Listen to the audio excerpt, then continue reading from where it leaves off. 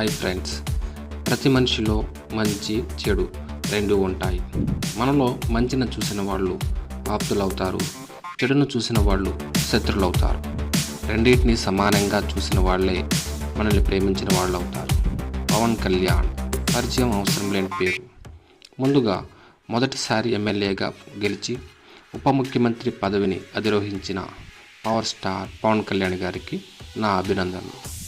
ఏం చేయాలో తెలియని పరిస్థితి నుండి నటన నేర్చుకొని స్టార్ హోదా సంపాదించి మరలా నటన జీవితం ప్రక్కన పెట్టి ప్రజల కోసం, ప్రజా సమస్యల కోసం రాజకీయ ప్రవేశం చేసి ఉప ముఖ్యమంత్రి స్థాయికి ఎదగటం యువతరానికి ఎంతో స్ఫూర్తిదాయకం.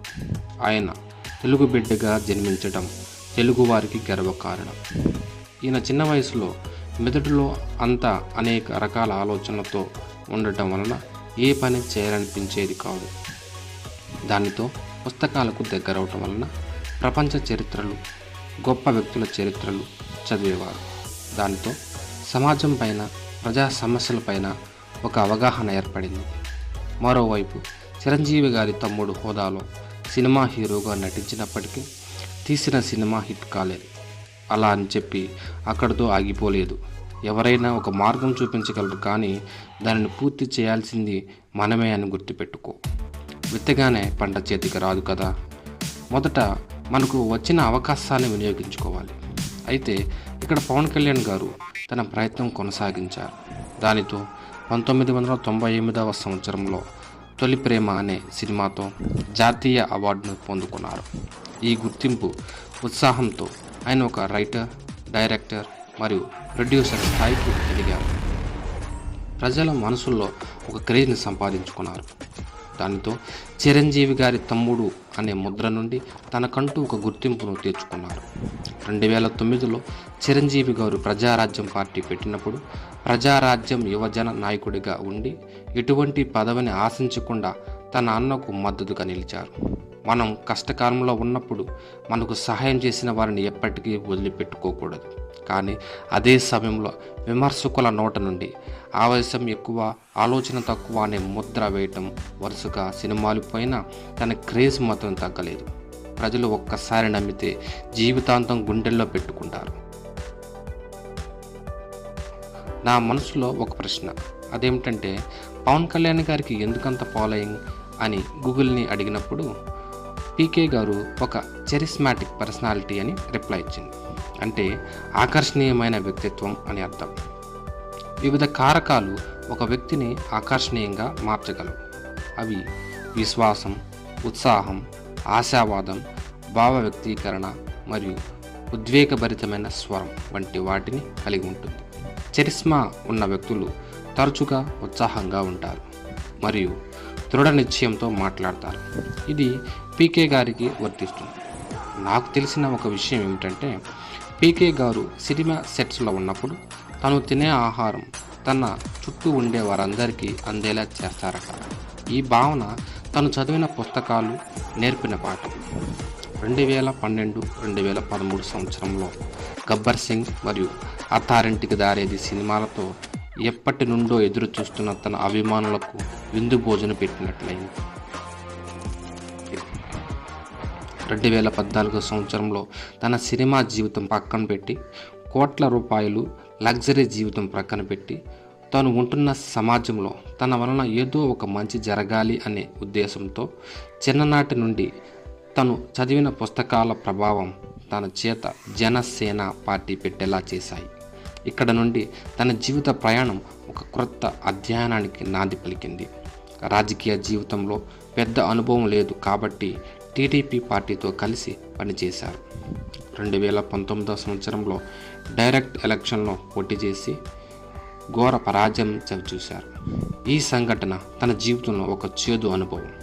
అరే, నేను ఎక్కడ సభ పెట్టినా తండోపతండాలుగా ప్రజలు వస్తున్నారు, కానీ నేను ఖచ్చితంగా గెలుస్తాను అన్న ఆశలు అడియాశలుగా మార్చారేంటి? దీనికి తోడు వ్యక్తిగత జీవిత విషయంపై దూషణ. నేను వీరి కోసమా కోట్ల రూపాయల వృత్తి వదిలిపెట్టి ఒక సామాన్యుడిగా మారినందుకు నాకు దక్కిన ఫలితం ఇదా అని మనసులో ఒక ప్రశ్న ఉండదా? ఇలాంటి పరిస్థితి మనలో ప్రతి ఒక్కరికి ఒక రోజు వస్తుంది. ఆ సమయంలో ఎవరైతే చాకచక్యంగా ఎదుర్కొంటారో వారికి మాత్రమే విజయం వరిస్తుంది. చాలామంది ఒక గోల్ పెట్టుకుని దాన్ని సాధించే క్రమంలో వచ్చిన సమస్యలు చూసి మధ్యలోనే వదిలి వెళ్ళిపోతారు. ఇలా చేయటం వలన నీ కుటుంబం ముందు తరాల వారికి నువ్వు చేసిన ద్రోహం అవుతుంది. ప్రస్తుతం ఉన్నవారు వేసిన పునాది ముందు తరాల వారి తలరాతను మారుస్తుంది. మన విజయం మన కుటుంబ పరిస్థితులను మారుస్తుంది. అవునా కదా? 2019లో పీకే గారు తగిలిన దెబ్బకు పదవి కాదు ప్రజా సమస్యలే ముఖ్యం అనే మందు రాసుకొని కార్ల్ మార్క్స్ గారు చెప్పిన మాటలు, follow your own path no matter what people say. ప్రజలు ఏం చెప్పినా మీ మార్గాన్ని అనుసరించండి, పోరాడితే పోయేదేముంది, మానసిక సంఖ్యలు తప్ప అనే మాటల నుండి స్ఫూర్తి పొంది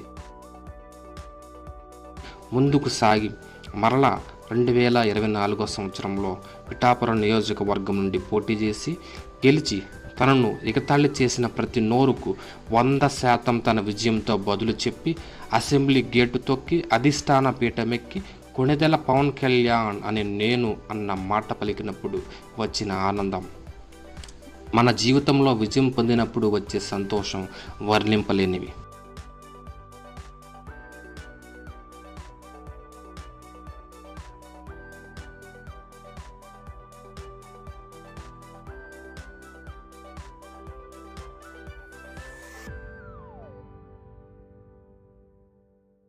కాబట్టి సమస్యలు బాధలు ఉన్నప్పటికీ మనకు సత్తా ఉన్నంత వరకు పోరాడదాం. కష్టాలు పడనిదే విజయం ఎలా వరిస్తుంది? మీరు అనుకొనవచ్చు, నేను పవన్ కళ్యాణ్ ఫ్యాన్ అందుకే ఈ వీడియో చేశాను అని. ఒక సక్సెస్ సాధించిన వారి గురించి చెప్పుకోవడంలో తప్పలేదు. ఈయన జీవిత పాఠం నుండి మనం ఏం నేర్చుకోవాలంటే స్థిరత్వం, సరైన సమయంలో మంచి నిర్ణయం తీసుకోవటం, మన బలహీనతను బలంగా మార్చుకోవటం, వ్యక్తిగత దూషణకు మన విజయంతో సమాధానం చెప్పటం, మనం పడే కష్టం ఎవరు గుర్తించడం లేదు అని అనుకోకూడదు, మనం చెయ్యాలనుకున్న పని వాయిదా వేయకూడదు.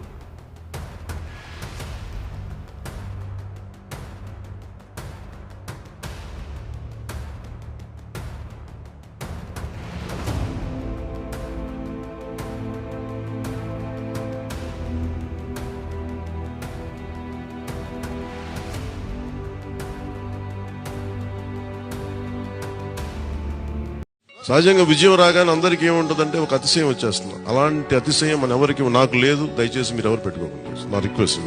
ఎందుకంటే మనందరికీ ఇది వచ్చేస్తుంది, అది నేను కాదనట్లేదు. కానీ దాన్ని అధిగమించి ఎదిగే కొద్ది ఒదిగి ఉండాలి అనేది మనం నిలబడి చూపిద్దాం, పాటించి చూపిద్దాం.